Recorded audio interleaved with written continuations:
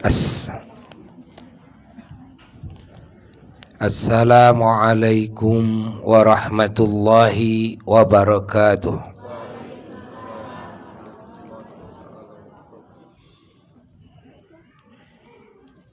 Bismillahirrahmanirrahim.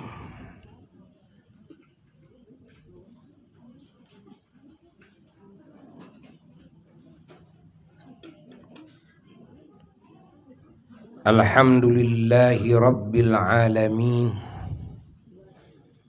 Wabihi nasta'inu ala umuri dunya waddin.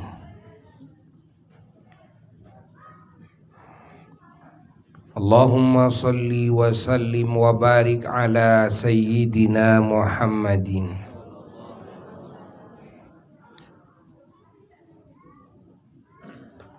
afdala wa akmala wa ajmala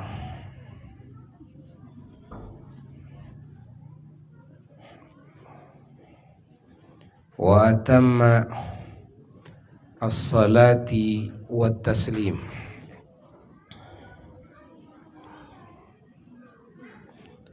wa ala alihi at-tayyibin at-tahirin wa sahabatihi al-mufaddalina al-mukarramin wa sairi tabi'in wa tabi'i tabi'ina lahum bi ihsanin ila yaumiddin. Wala hawla wala quwwata illa billahil aliyyil azim. Amma ba'du, fa ya ibadallah, usikum wa nafsi bitaqwallah, faqad fazal muttaqun.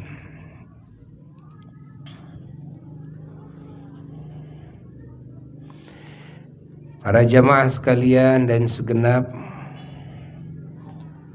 umat Islam dimanapun berada, rahimakumullah.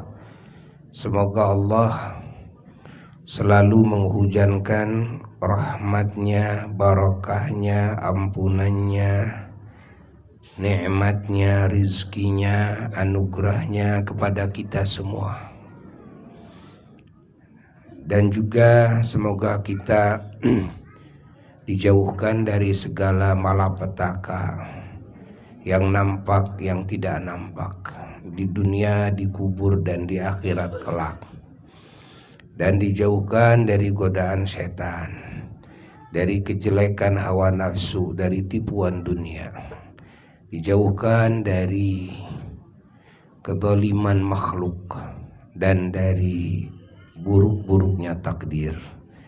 Dan semoga segala hajat-hajat kita yang baik bagi kemaslahatan dunia kita, bagi agama kita, bagi akhirat kita, juga bagi semuanya muslimin muslimat, semoga dikabul oleh Allah. Segala penyakit-penyakit kita semua,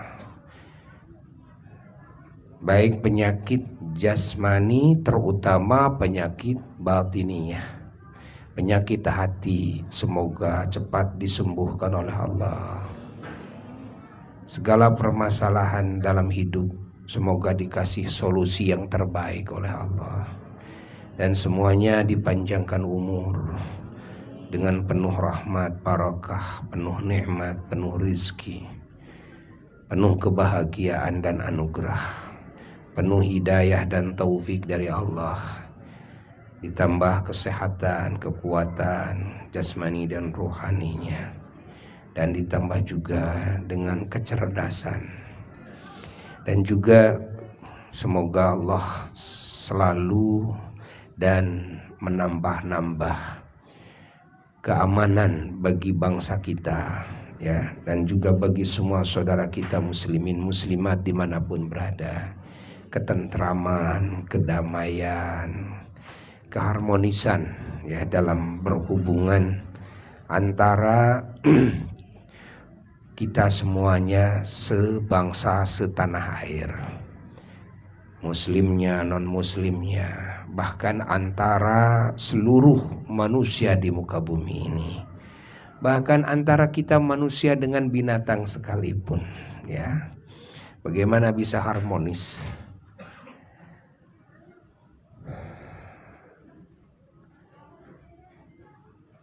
Dan menjelang Rebo akhir, Rebo Wekasan, ya.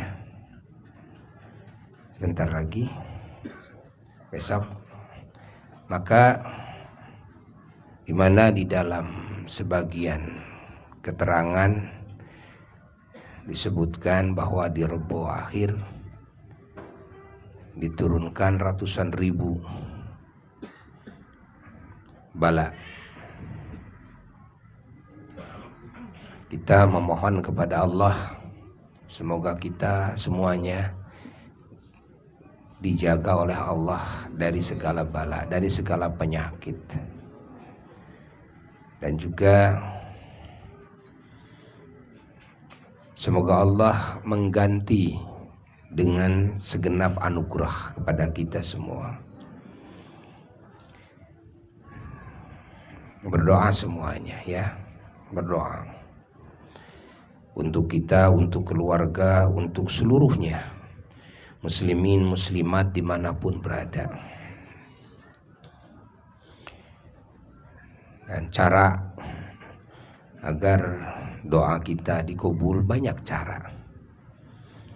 Dengan cara sholat.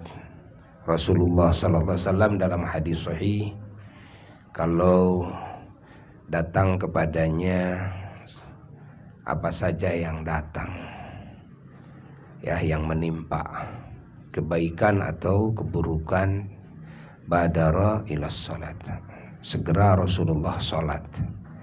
Kita kan merasa takut, ya, dengan bala musibah yang sudah lalu aja kita tidak mampu menanggungnya. Ini sudah mau datang lagi, ratusan ribu lagi bala, ya. Nah, siapa yang tidak takut? Tentunya kita semua takut. Nah, kalau takut kembali kepada Allah. Dengan cara apa? Dengan cara sholat. Di antaranya dengan cara istighfar, dengan cara memperbaiki hubungan kita dengan Allah, memperbaiki hubungan kita dengan sesama makhluk Allah. Perbaiki, ya, yang kecil-kecil saja. Coba hubungan kita dengan istri, gitu kan, dengan suami yang tadinya kurang baik, apalagi tidak baik. Jangan sampai kita ulang kembali. Jangan sampai kita biarkan diri kita terjerumus dalam ketidakbaikan, dalam keburukan. Kan? Kita orang tua juga hubungan dengan anak, anak dengan orang tua. Perbaiki hubungan kita. Yang tidak baik, perbaiki. Hubungan kita juga dengan guru, dan kita sebagai guru dengan murid. Hubungan kita dengan saudara, hubungan kita dengan tetangga, dan perbaiki terus perbaiki. Kita tidak cukup memperbaiki hubungan kita dengan Allah saja. Sholat diperbagus, sering ke masjid, tapi dengan tetangga tidak baik, ya kan? Apalagi dengan saudara sendiri, tidak boleh. Makanya kita harus terus introspeksi. Introspektor terus. Kadang kita tidak menyadari bahwa kita merasa tidak melakukan kesalahan kepada keluarga atau kepada saudara atau kepada tetangga atau kepada siapa saja. Tapi ternyata di luar sana ada orang-orang yang merasa didolimi oleh kita. Bahkan mereka marah kepada kita. Nah, ini perlu kita terjun, ya, terjun di tengah-tengah keluarga, terjun di tengah-tengah saudara, terjun juga di tengah-tengah masyarakat. Dan kita jangan marah kalau ada orang yang menjelek-jelekan kita. Barangkali memang iya, kita punya kejelekan yang patut dijelek-jelekan. Ya. Jangan marah kalau ada orang yang mencaci maki kepada kita. Barangkali iya, di diri kita ada sifat atau perbuatan atau ucapan yang patut dicaci maki. Maka langkah pertama setelah kita iman kepada takdir, ini takdir Allah, kan? Ridho kepada kepastian dari Allah. Langkah pertama setelah itu apa? Setelah itu introspeksi. Barangkali kita melakukan kesalahan, atau barangkali istri kita yang melakukan kesalahan. Namun kadang orang kalau kesel itu dibabat semua, ya kan? Padahal yang melakukannya istrinya, yang melakukannya suaminya, yang melakukannya orang tuanya. Sifat manusiawi kan? Kita marah kepada seseorang karena umpamanya kesalahannya, kezalimannya. Kadang-kadang sandalnya yang tidak ada kaitannya dengan kita bakar sama kita, itu kan? Ban motornya kempesin sama kita, gitu kan? Lalu ada hubungan apa kita dengan sandalnya? Ada ayamnya lewat, dilemparin batu, gitu kan? Nah, itu sifat manusiawi. Nafsu itu begitu, ya. Jadi yang lain kepada kita marah, barangkali dia marah bukan sama kita, sama istri kita atau suami kita, anak kita atau orang tua kita, kan? Jadi kita introspeksi itu bukan sekedar kepada diri kita saja. Setelah kepada diri kita, coba kita ngobrol dengan istri kita, dengan suami kita. Coba ngobrol dengan anak-anak kita, kan? Barangkali anak kita yang berbuat kesalahan. Bahkan bukan cuma anak, kadang-kadang pembantu kita, kan? Melakukan kesalahan, akhirnya majikannya juga kena semprotan, ya, dibenci oleh dia. Padahal yang melakukan adalah karyawan umpamanya, atau sebaliknya. Nah, intinya introspeksi ini harus introspeksi secara menyeluruh, ya kan? Introspeksi secara menyeluruh, bukan hanya pribadi saja. Pertama memang pribadi dulu, lalu orang-orang dekat dulu, kan? Terus kita jadi ketua partai, ketua ormas, anggota melakukan kesalahan, bisa-bisa dijelek-jelekin, ya, dengan kita sebagai pimpinannya.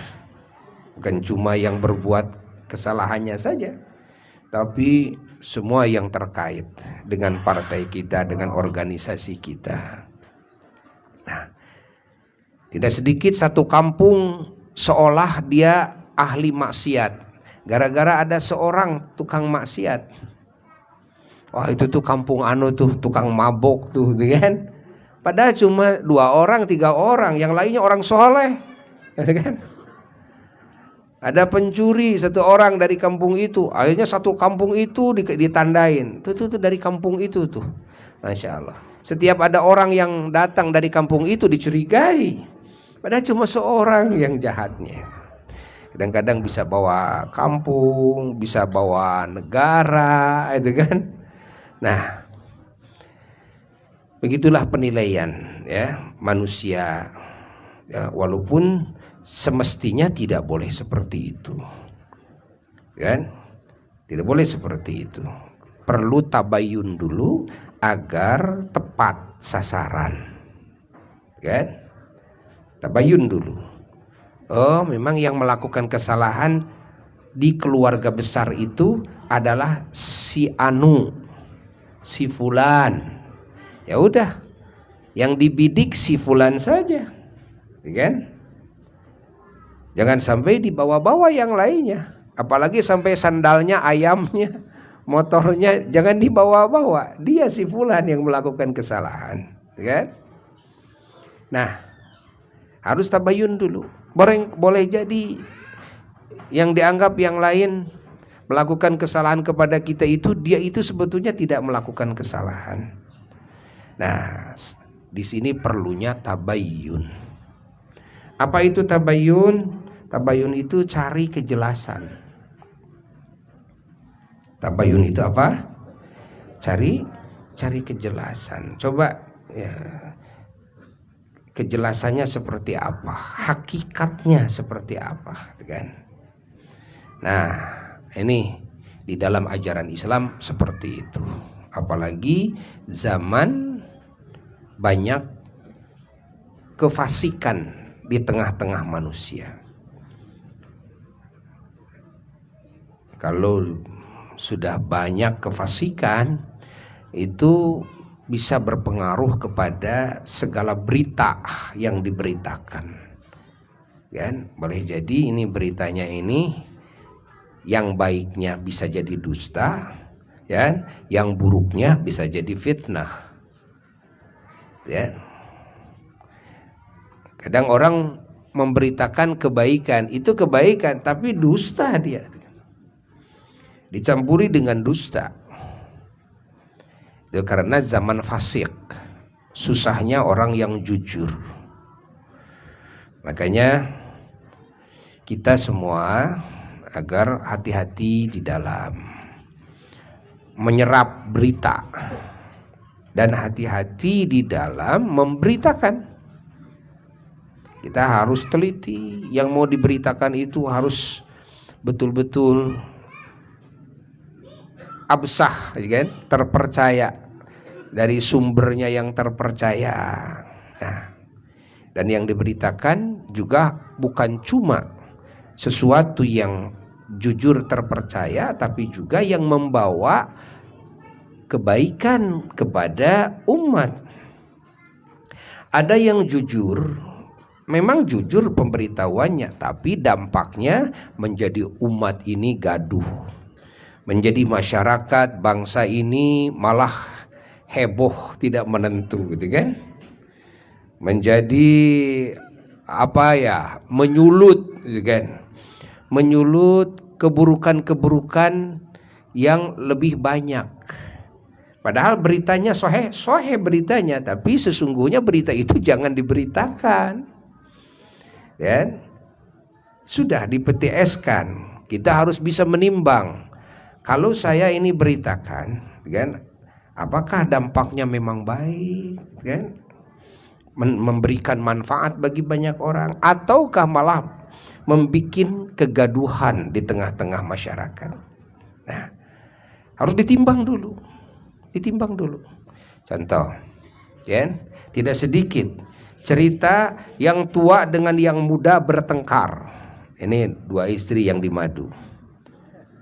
Gara-gara apa? Gara-gara ada ini orang jujur gitu kan. Orang jujur, lihat yang muda dibeliin kulkas umpamanya. Bilang sama yang tua, barusan saya lihat itu istri yang muda. Itu dibeliin kulkas tuh. Yang dibicarakan sahih, yang dibicarakan jujur, boleh jadi, kan? Efeknya kepada yang tua bukan begitu, kan? Waduh, ini jadi panas ini. Ini yang muda dibeliin. Nah, akhirnya kekurangan suami dikorek, gitu kan? Baru aja kawin sudah dibeliin kulkas, saya aja sudah puluhan tahun, belum pernah dibeliin kulkas. Nah, dan sebagainya. Akhirnya bertengkar. Nah, jangan sekali-kali kita kalau mau memberitakan sesuatu kepada yang lain itu harus ditimbang. Ini ucapan kita, berita kita ini apakah berdampak kebaikan atau berdampak keburukan. Padahal beritanya jujur, kan? Ya seperti kita ngomong aja lah kepada sesama. Ada orang umpamanya cacat, bongkok umpamanya. Mas bongkok. Jujur nggak? Ya jujur, kan? Jujur. Tapi ini jujur ini nyakitin nih, kan? Nyakitin ini, kan? Jadi kejujuran ini juga harus ditambah dengan yang melahirkan kebaikan. Yang melahirkan kebaikan. Ketika menceritakan kejelekan, sewaktu-waktu dibutuhkan, kan? Kejujuran di dalam menceritakan kejelekan dan menceritakan kejelekannya juga, kan? Ini dituntut, bahkan diperintahkan, diharuskan diceritakan. Itu seperti ketika di pengadilan, ketika dalam majelis pengadilan, kan? Kalau dalam majelis pengadilan mau mengadili ini siapa yang salah, siapa yang benar, maka kedua belah pihaknya itu harus diungkap. Suruh bicara. Bagaimana menurut versi si A, bagaimana menurut versi si B. Hatta segala kejelekan-kejelekan yang ditudingkan itu juga harus diungkap. Mau tidak mau. Seorang istri mau gugat cerai kepada suaminya ke pengadilan, ya. Terus gugat cerai itu kan harus ada alasan yang tepat, yang dibolehkan di dalam agama, dan alasan itu akan merupakan kejelekan dan aib suami. Ya, jika diungkap, ya, apakah dosa mengungkap aib suami? Tidak, memang harus. Lalu nanti hakim mau mengabulkan dari mana dasarnya? Kan? Kata istrinya begitu ditanya sama Pak Hakim, memang kamu minta cerai itu, gugat cerai itu apa alasannya? Ya, tadinya mau nutupin itu kan. Ya saya sudah tidak cocok saja. Tidak ada kecocokan. Nggak bisa di pengadilan dengan alasan ketidakcocokan. Ketidakcocokan itu tentu juga ada sebab, kan? Apa yang menjadi sebab? Ya harus dibuka, kan? Akhirnya dibuka. Ya, di antara yang boleh istri menggugat cerai, ketika lihat di buku nikah disebutkan dalam segat taklik talak, segat menggantungkan talak, gitu kan? Ya. Kalau nanti tidak memberi nafkah dalam berapa lama, gitu kan? Lalu membiarkan, ya, tidak memperdulikan istrinya berapa lama, gitu kan?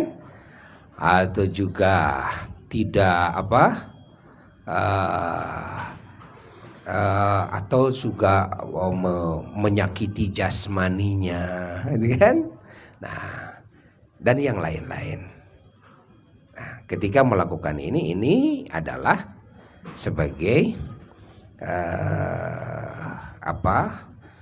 alasan yang boleh diajukan ke pengadilan ketika istri ini mau gugat cerai. Dan ini sebagai alasan kekuatan bagi seorang hakim, kan, di dalam menjatuhkan talak, kan. Hakim itu harus ada alasannya. Oh iya, dibuktikan dulu, harus ada saksi, benar enggak? Apakah ini cuma bikin-bikinan saja? Dihadirkan juga suaminya, benar enggak? Kan? Dilihat kejujurannya. Boleh jadi ini wanita ini cuma bikin-bikin saja karena ingin cerai. Terjadi lagi, itu kan? Karena ini wanita ini sudah umpamanya terganggu oleh laki-laki lain. Ada banyak kejadian seperti itu. Akhirnya mencari cara supaya bisa bercerai, lalu dibikin alasan-alasan palsu, gitu kan? Inti permasalahannya, saya mau kawin sama laki-laki yang saya cintai.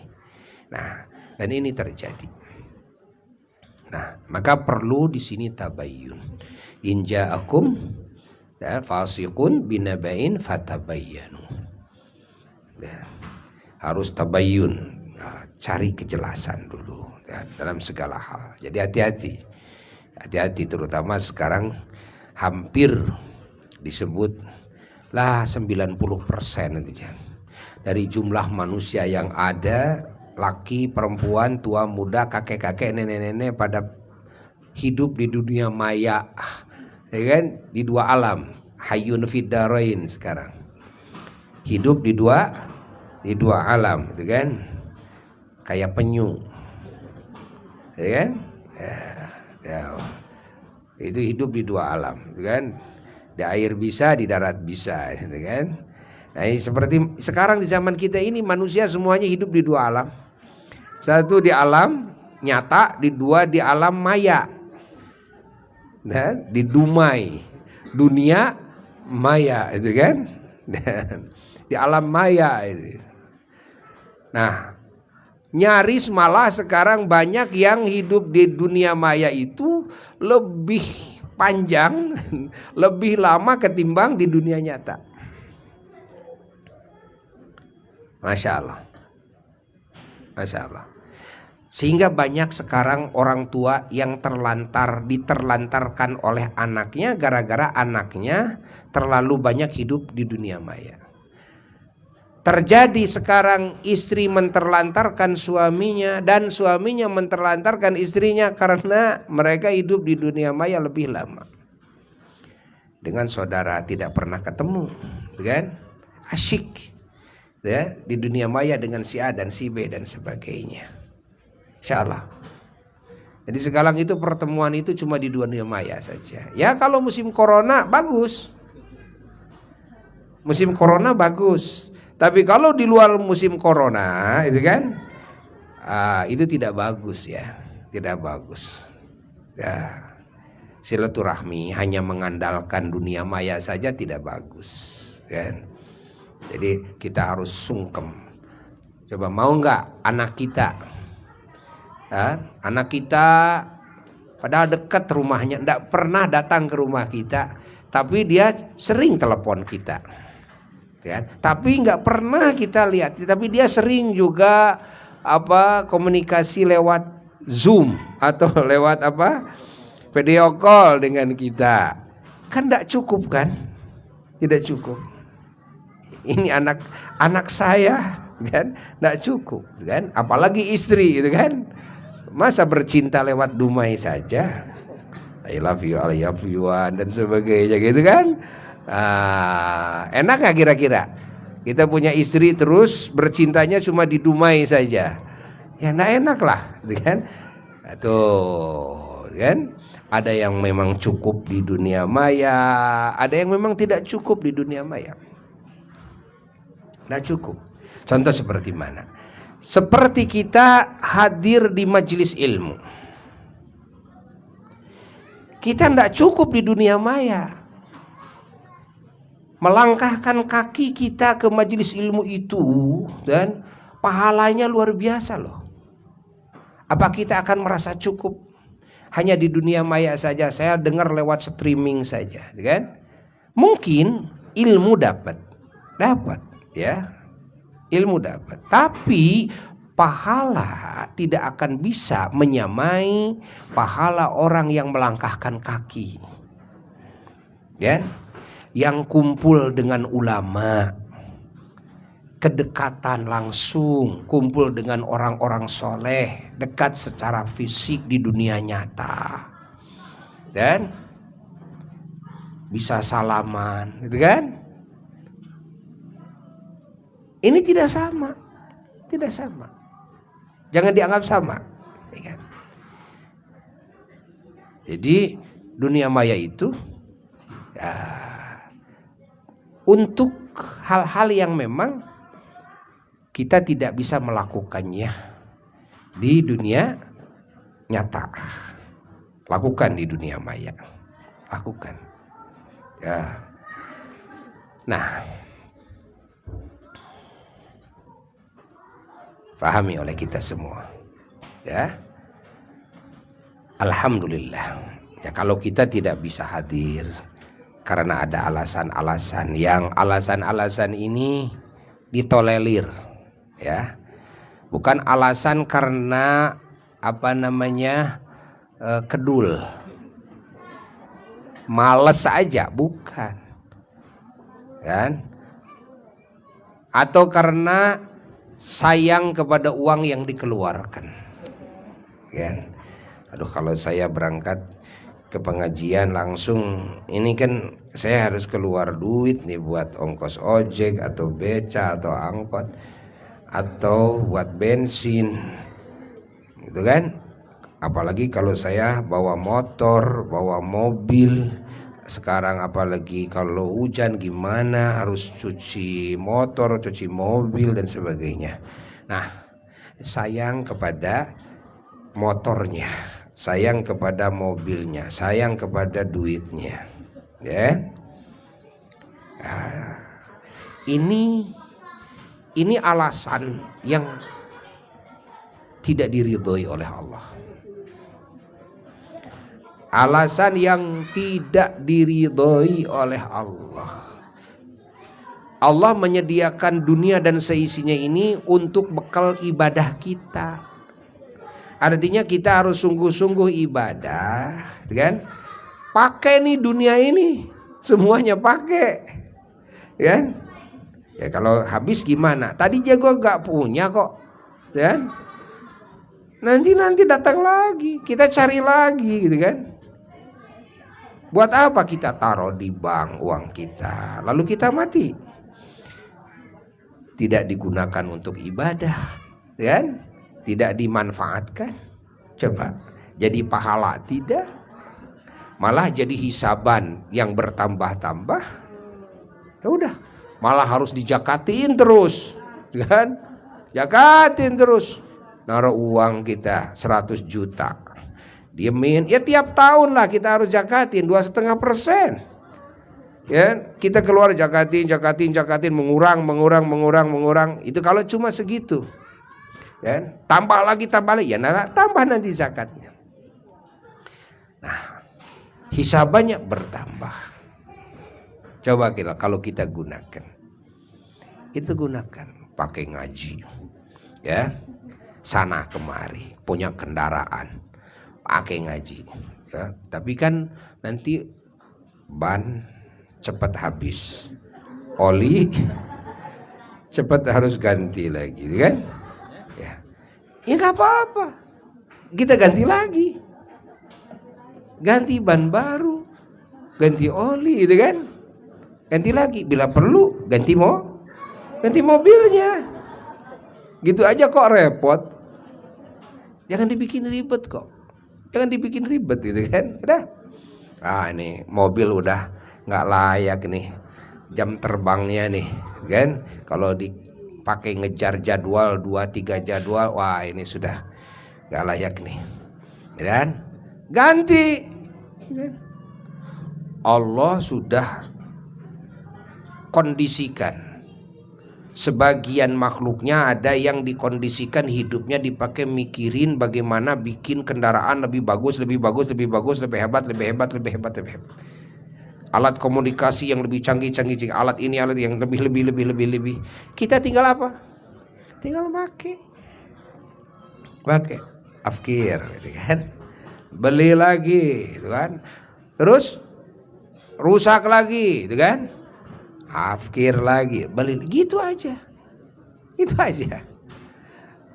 Mati kita tuh, setelah kita memenuhi hari-hari kita dengan ibadah, setelah kita menggunakan dunia ini, gitu kan, imma yang kita cari, dan wa imma yang kita dapatkan tanpa kita cari, kita gunakan dalam ibadah. Kita gunakan dalam berjuang di jalan Allah. Banyak sedekah. Dan ada fakir, miskin.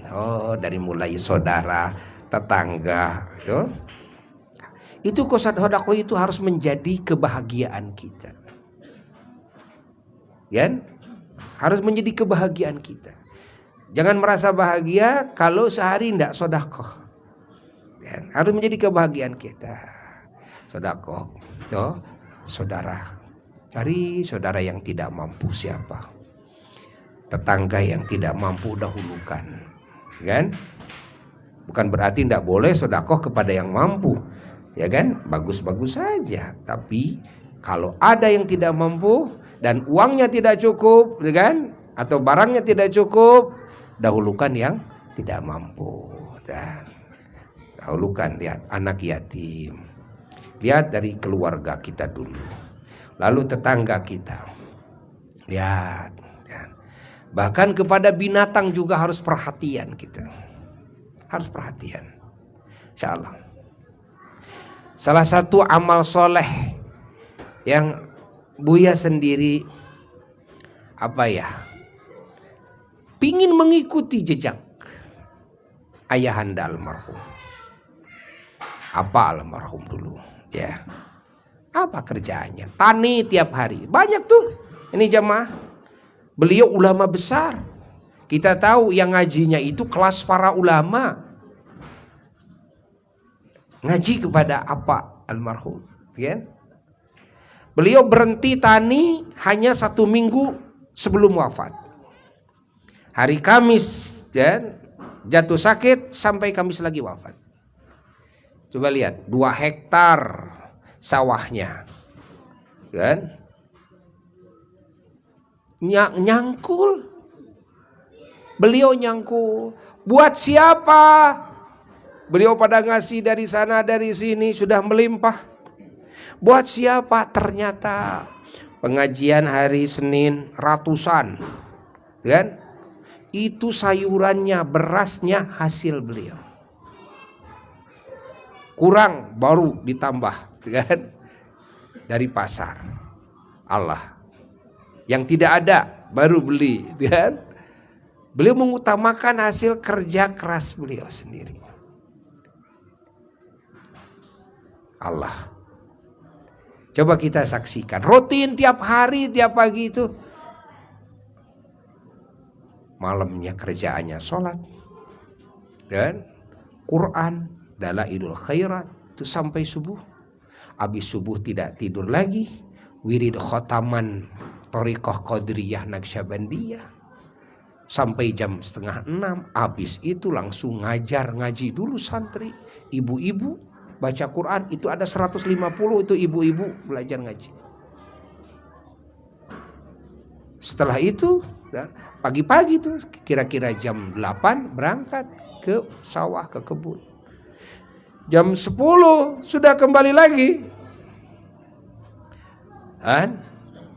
Ngaji lagi, ngadepin tamu-tamu yang terus-terusan, nyaris bisa disebut tidak berhenti siang dan malam. Itu tiap hari Senin dikasih makan, tiap hari Ahad dikasih makan, tiap hari Jumat dikasih makan. Dikasih makan, yang ngaji ratusan dikasih makan. Lalu ada lebihnya apa? Lebihnya beliau, Masya Allah, Citarum itu ditanam sama beliau. Sengaja beli bibit ikan, Masya Allah, masukin ke Citarum. Coba, kan? Sengaja dimasukin ke Citarum. Sekian kintal masukin ke Citarum. Allah. Pernah beliau kebanjiran kolamnya. Sudah nanam ikan, udah gede-gede. Untuk apa? Untuk haul ayahnya, kakek. Itu biaya haul. Pas berapa hari mau haul, banjir itu Citarum. Habis tuh ikan. Oh, tetangga semuanya dari Pamuntasan, dari Mahmud semuanya pada ngambilin ikan. Datang yang ngasih tahu ke apa? Itu kolam kebanjiran, semua habis ikannya diambil sama orang-orang. Beliau apa? Beliau malah ketawa, malah senyum beliau. Malah senyum beliau, malah bersyukur beliau. Nanti juga kan sama, nanti harus dipasak terus dibagiin. Ya kan? Ya udah. Sekarang malah mereka ambil sendiri, masak sendiri, kita tidak susah kan? Allah, kan? Kalau kita kan genok. Beda tujuan, beda niat, ya. Kita genok beda niat. Masya Allah. Apa itu dicuri? Itu dicuri buah-buahan, dicuri peyem. Ah, apa dipeyem itu? Supaya masak itu kan. Sudah itu sedekah kan. Nah ini ada yang nyuri, ya udah. Alhamdulillah itu kan. Alhamdulillah. Masya Allah. Tidak jadi genok, tidak jadi apa-apa, malah bahagia. Karena niatnya apa? Tujuannya, niatnya pingin berbuat kebaikan. Beliau sebelum wafat pernah cerita ke Buya, apa dikasih oleh Allah dalam hati, keinginan yang menggebu-gebu, ingin memberi makan kepada semua makhluk di dunia ini. Kata beliau sebelum wafat, ini ya, dalam hati terus keinginan begitu, ingin kasih makan. Subhanallah. Itu sebentar lagi mau wafat, seperti itu. Allah, karena tujuannya tadi ingin berbuat kebaikan, ya. Jadi sibukkan hari-hari kita dengan ibadah. Gunakan dunia, ya. Cari, tapi untuk apa? Untuk ibadah. Ibadah kita, ibadah istri kita, ibadah anak cucu kita, untuk mesantrennya, untuk itunya, untuk ininya, gitu kan? Atau untuk pergi hajinya, segala macam. Untuk ibadahnya fakir miskin, ibadahnya anak yatim, gitu kan? Ibadahnya saudara-saudara yang tidak mampu, gitu kan? Untuk berjuang di jalan agama bersama ulama, bikin masjid, bikin pesantren, madrasah, majelis taklim, membiayai para ustadz, para ulama, para dai, membiayai anak-anak santri dan sebagainya. Gitu aja kerjaannya, kan? Nyari tiap hari, tapi tiap hari menggunakan hasil. Masya Allah. Masya Allah, semakin menumpuk terus pahala, semakin tinggi derajat, kan? Dan semakin dipercayai oleh Allah sebagai agen Allah. Kenapa kita susah rezeki? Karena kita mah dibendung, ya ditutup gitu kan. Nah, akhirnya semakin berganti hari, airnya semakin kayak air itu kan, semakin hijau, semakin bau nantinya itu kan. Nah, coba lihat sumur. Kalau sumur semakin sering diambil airnya, terbuka tuh pori-porinya, semakin banyak terbuka, semakin menarik air-air untuk masuk ke dalam sumur, kan? Kalau dibiarkan malah tertutup pori-porinya, kan? Itulah rizki, ya. Nah, begitulah Allah Subhanahu wa taala, ya, cara memberikan pertolongan, ya, anugerahnya kepada hamba-hambanya. Maka jadilah kita agen kebaikan-kebaikan dalam hidup ini, ya, kepada semua makhluknya Allah. Semoga kalimat ini manfaat bagi Buya sendiri yang ngomongnya, keluarga, dan manfaat bagi semuanya.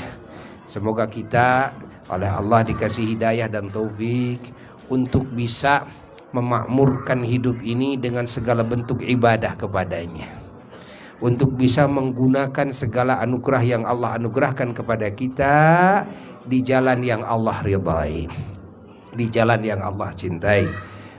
Wa ila hadratin Nabi sallallahu alaihi wasallam. Al-Fatihah.